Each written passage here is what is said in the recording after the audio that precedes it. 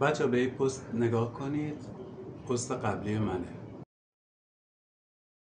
دوستان عزیز، قسمت دوم چرخ ماهیگیری بود. اسپولش شستیم، حالا اومدیم سراغ چرخ.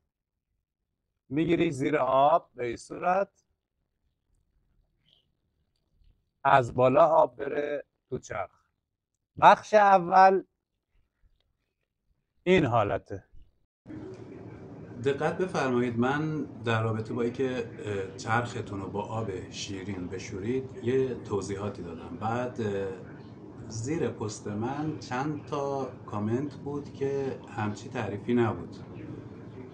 دوستان توجه کنید، یه نفر که بدنش سالمه اگه ببریش داروی شیمی درمانی بهش بدید بهش آسیب میرسه، ولی او کسی که سرطان گرفته و مشکل داره میبرن دارو شیمی درمانی میدنش، لاغر میشه، موهاش میریزه، ولی بعد خوب میشه.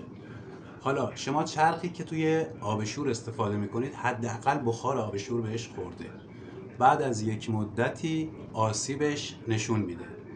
ریختن آب شیرین روی چرخ 100% مضره، ولی وقتی شما میری تو آب شور ماهیگیری میکنی و چرخت آب شیرین هست که همه ما اکثرا چرخمون آب شیرینه، بهترین کاریه که یه آب شیرین روش بریزی که اثرات مضر آب شور از بین بره.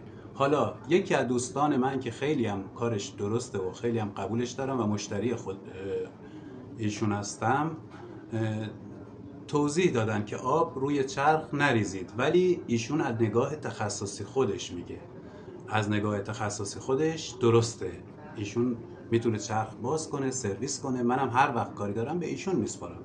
ولی شما که سرویس کار چرخ نیستی، میتونی هر بار چرخت بفرستی سرویس و برگرده؟ به طب آب شیرین میریزی روش که آسیب نبینه. پس نیایید بین دو تا گفته یه همچین بساطی راه بندازیم که مثلا این اشتباه گفت اون اشتباه گفت. نه، هر مبحثی جای خودش داره و هر تجربه‌ای مفیده.